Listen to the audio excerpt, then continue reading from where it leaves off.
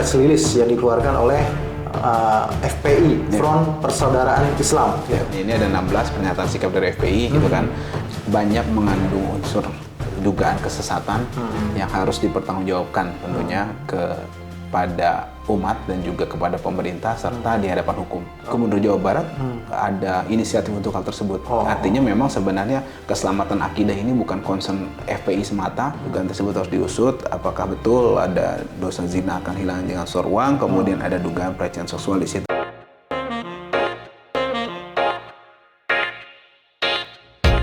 Assalamualaikum warahmatullahi wabarakatuh. Assalamualaikum warahmatullahi wabarakatuh. Kembali lagi di YouTube channel Halo Pengacara. Apa kabarnya sahabat Halo Pengacara? Semoga dalam keadaan sehat walafiat ya. Dan pada kesempatan kali ini kembali Halo Pengacara akan memberikan informasi dan juga ulasan hukum terkait dengan isu-isu yang sedang viral di masyarakat yang menjadi perbincangan hangat baik di media sosial dan juga di media massa. Pada kesempatan kali ini spesial bersama Bang Ajis Yanuar, pengacara dari Habib Rizik Syihab atau HRS, IBHRS, yang akan memberikan atau mengulas terkait dengan isu Ponpes Al Zaitun dan juga isu hukum dari Panji Gumilang. Namun sebelum itu jangan lupa subscribe YouTube channel Halo Pengacara dan nyalakan loncengnya ya, supaya terus mendapatkan notifikasi video-video terbaru dari Halo Pengacara.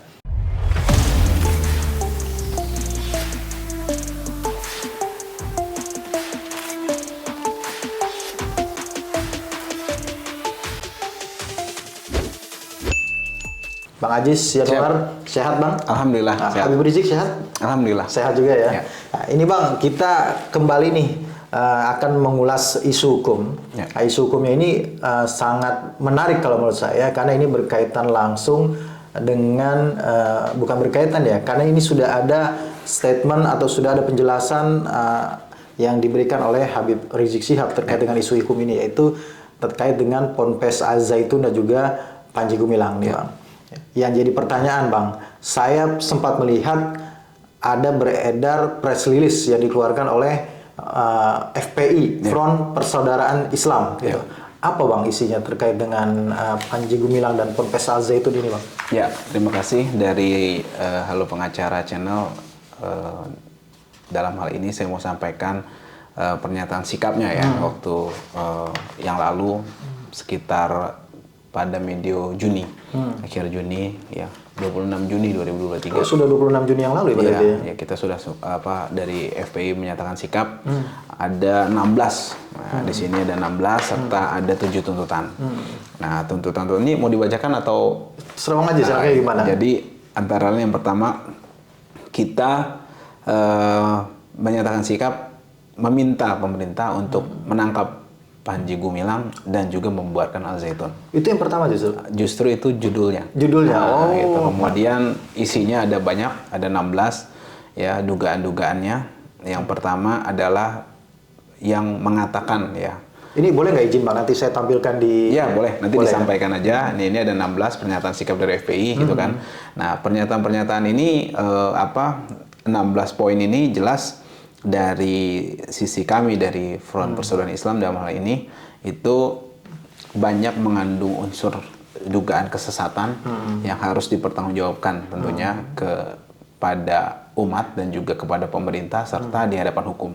Itu sebenarnya poinnya. Apa sih Bang poin-poinnya Bang yang menjadi yang pertama, pusat perhatian concernnya dari Persaudaraan Islam? Ya, ada mengatakan ya bahwa Al-Quran telah diturunkan kepada Nabi Muhammad SAW sebagai kalam Nabi Muhammad SAW. Oh, itu ya juga ramai di media ya? Ya, yang itu jadi dijelaskan juga oleh Habib Rizik dalam beberapa kesempatan kemarin. Iya, sudah ada di penjelasannya melalui kanal YouTube IBTV. Kemudian yang kedua, diduga mengajarkan kepada santri untuk menyebut qala Rasulullah SAW fil Qur'anil Karim, yang artinya berkata Rasulullah SAW dalam Al-Quran yang mulia, sebagai perwujudan Al-Quran sebagai kalam dari Nabi Muhammad SAW. Ini kan nggak benar kan, seperti itu. Kemudian dugaan lainnya ada 16, tadi baru 2. Yang ketiga adalah mencampur laki-laki dan perempuan dalam satu shaf sholat berjamaah. Kemudian maksudnya dalam hal ini bukan sesuatu yang urgent ya, bukan sesuatu yang dalam darurat, tapi memang diatur gitu kan seperti itu. Kemudian mengajarkan tata azan cara azan yang tidak sesuai dengan petunjuk Nabi Sallallahu Alaihi Wasallam, gerakan tangan dan menghadap ke arah jamaah bukan kiblat. Ini maksudnya bukan tata caranya yang kita maksud, tapi mendoktrinkan. Gitu. Memang sunnahnya menghadap kiblat, tapi tidak menghadap kiblat juga tidak apa-apa. Tapi di sini mendoktrinkan, gitu loh. Seperti mewajibkan, seperti melazimkan, gitu kan. Ini kan termasuk dugaan kesesatan. Kemudian juga mengajarkan nyanyian salam Yahudi dalam agama Islam, mengajarkan dan mendakwahkan pada khatib Jumat dilakukan oleh perempuan, mencampur antara Muslim dan Muslim dalam shaf sholat berjamaah, menyandarkan pendapat-pendapat menyimpangnya kepada mazhab Soekarno. Padahal Pak Soekarno bukan ahli fikih yang bisa diambil sebagai rujukan, dan juga tidak pernah mengajarkan sebagaimana diajarkan oleh Panji Gumilang, sehingga Soekarno tentu dalam hal ini berlepas diri karena tidak pernah mengajarkan tersebut. Kemudian menuduh fikih yang muktabar dengan tuduhan menyulitkan dalam beragama Islam, mendakwakan keraguan-raguan kepada Al-Quran dengan mengatakan Nabi Adam alaihissalam sebagai manusia pertama adalah belum tentu benar. Nah, kemudian yang 11, ada informasi dugaan bahwa di dalamnya terdapat ajaran dosa zina akan hilang jika sudah setor uang. Kemudian mengajarkan tidak perlu jauh-jauh ke tanah suci Makkah dan Madinah untuk berhaji atau umroh karena Indonesia juga tanah suci. Yang ke-13, memuji-muji komunisme Cina. Yang ke-14, terdapat dugaan pelecehan seksual ya di sana. Kemudian 15, ada memfasilitasi perayaan Natal bersama. Sedangkan fatwa yang dikeluarkan oleh Komisi Fatwa MUI sudah jelas mengharamkan hal tersebut. Terakhir, menunjukkan sikap angkuh dan tidak menyadari kesalahannya, malah merendahkan majelis ulama. Nah, ini dari 16 ini, Bang. Sebelum kita masuk kepada tuntutan ya, Bang ya. Dari 16 ini, apa yang menjadi dasar FPI dalam hal ini Front Persaudaraan Islam untuk kemudian sampai pada 16 uraian ini, Bang? Apakah didasarkan pada ceramah-ceramahnya mungkin atau pada dokumen-dokumen apa ya? Ya, ada beberapa penjelasan, keterangan yang didasarkan, maksud saya disampaikan oleh para santrinya atau ex-santrinya yang memang kita kumpulkan ya dugaan-dugaan tersebut dan kita sampaikan tentu saja kepada pihak-pihak terkait. Kan setelah pernyataan ini juga ada aksi waktu itu kan. Aksi itu kita sampaikan kepada aksi apa maksudnya? Aksi massa ke Kementerian Agama dan juga ke Kemenko Polhukam. Ini kita sampaikan. Iya, ini kita sampaikan dan juga kita sampaikan juga mengenai tuntutan kita, terus bukti-bukti tadi. Jadi semua tadi ini kita sampaikan bukti dasar-dasarnya gitu kan. Dugaan-dugaan kita ini yang mengarah ke situ kita sampaikan. Paling banyak apa bukti yang kita sampaikan? Ada beberapa keterangan video, dari video, kemudian dari Panji Gumilang sendiri, kemudian beberapa keterangan saksi-saksi yang mengatakan hal demikian. Yang ini tugas dari pemerintah untuk mengusut tuntas seperti ini. Jadi surat ini sudah sampai ke Kementerian Agama ya? Sudah. Ya. Nah sekarang pertanyaannya, tuntutannya apa, Bang? Ya, tuntutannya di sini saya bacakan mengecam keras dugaan penebaran kesesatan dan penistaan agama yang dilakukan oleh Panji Gumilang selaku pimpinan Pondok Pesantren Al Zaitun. Yang kedua, menuntut Majelis Ulama Indonesia untuk segera mengeluarkan fatwa sesat terhadap ajaran tersebut. Yang ketiga, menuntut pemerintah untuk menutup Ponpes Al Zaitun Indramayu karena menjadi tempat ya yang diduga untuk menyesatkan dilakukan terhadap anak bangsa. Keempat, menuntut pihak aparat penegak hukum untuk segera melakukan proses hukum terhadap Panji Gumilang atas dugaan penistaan agama, dan ini telah dilaporkan kepada pihak Polri dari beberapa kelompok masyarakat. Yang kelima, menuntut pemerintah menetapkan Al Zaitun sebagai organisasi terlarang serta mengusut pihak-pihak yang turut melindungi Al Zaitun baik perorangan maupun institusi. 6, menyerukan kepada wali-wali santri pesantren untuk Al Zaitun, maksud saya, untuk menarik para santrinya dari Al Zaitun demi keselamatan akidah.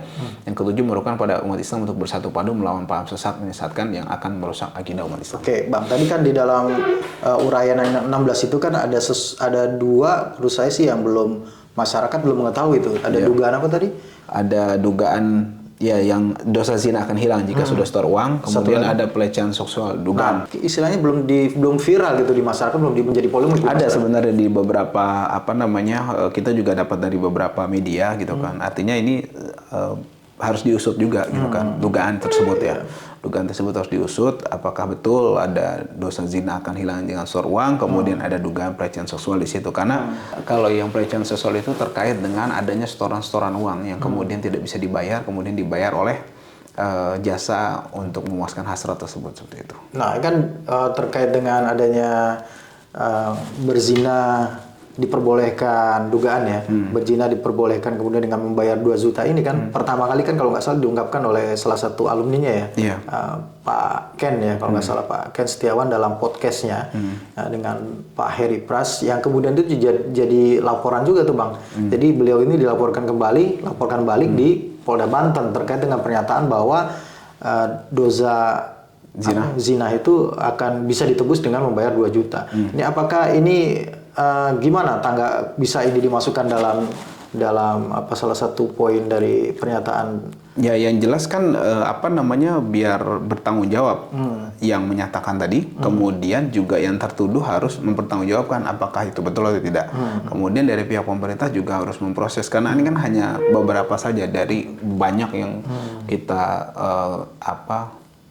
sampaikan gitu kan, terkait dugaan-dugaan itu gitu, dugaan-dugaan kesesatan dan penyesatan itu. Termasuk ini Bang, sebenarnya ini juga belum masuk di poin ini, itu terkait ada dugaan kan kemarin Prof Mahfud MD itu kan menyampaikan dalam press release-nya itu kalau tidak salah juga menugaskan ya dalam artian kita gitu ya, menugaskan BNPT Badan Nasional Penanggulangan Terorisme dan PPATK untuk menyelidiki dugaan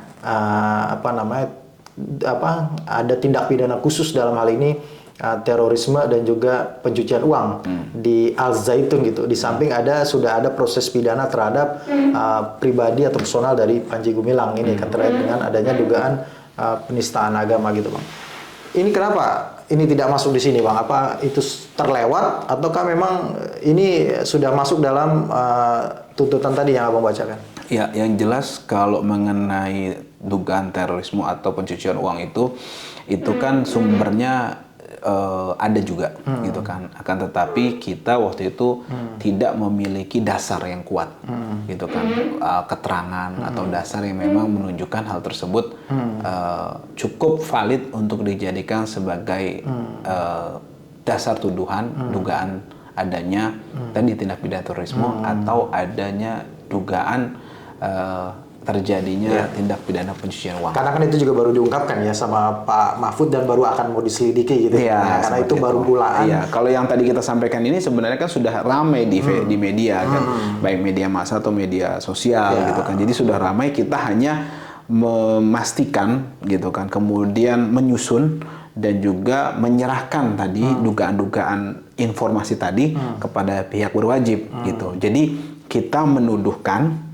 ya, kemudian memberikan dasar tuduhan itu dari mana Anda dapat, keterangan siapa, bukti informasi apa, tinggal nanti pihak berwajib menelusuri kebenaran hal tersebut kan begitu kan. Makanya kita di sini menduga beberapa poin-poin yang tadi ada 16 ini. Nah, kalau yang tuntutan terakhir itu terkait dengan anak-anak itu atau santrinya itu untuk meninggalkan Al Zaitun gitu ya. Itu apa yang menjadi pertimbangannya Bang? Ya tentu saja dugaan kesesatan-kesesatan tadi yang soal terkait dengan fikih, terkait dengan akidah tadi gitu kan, yang memang menyimpang dari fikih muktabar menurut beberapa ulama dan juga asatis di Republik ini. Karena kita dengar kan masih berjalan ininya proses pengajarannya begitu. Itulah makanya yang kita sesalkan gitu kan, bagaimana bisa berbagai dugaan terjadi tapi belum diambil tindakan tegas terkait menyelamatkan akidah anak-anak bangsa ini. Nah, sekarang kalau mereka suruh keluar, kemudian solusinya apa yang bisa ditawarkan? Saya kemarin mendengar informasi juga dari pihak Gubernur Jawa Barat ada inisiatif untuk hal tersebut. Artinya memang sebenarnya keselamatan akidah ini bukan concern FPI semata, tapi juga alhamdulillah dari pihak pemerintah daerah ada kepedulian juga untuk hal tersebut. Berarti akan disalurkan ke beberapa pondok pesantren yang saya dengar seperti itu. Artinya kan maksudnya gini, tentu saja Kementerian Agama memiliki akses untuk tersebut. Kita kan masyarakat menyuarakan, kemudian menyampaikan aspirasi kita kepada pemerintah supaya ini ditindaklanjut karena terkait dengan anak-anak bangsa seperti itu. Ya, FPI di masa lalu, dulu namanya Front Pembela Islam ya, sekarang menjadi Front Persaudaraan Islam. Nah, FPI ini pengen agar organisasi Al Zaitun ini dinyatakan terlarang gitu ya. agar tidak ada lagi yang menjadi korban begitu. Betul. Nah, yang menjadi concernnya Habib Rizik Syihab itu apa, Bang? Concernnya yang pertama adalah soal akidah. Oke. Yang kedua soal dugaan pelanggaran-pelanggaran hukum yang terjadi, tapi terkesan dibiarkan dan ini berbahaya sekali.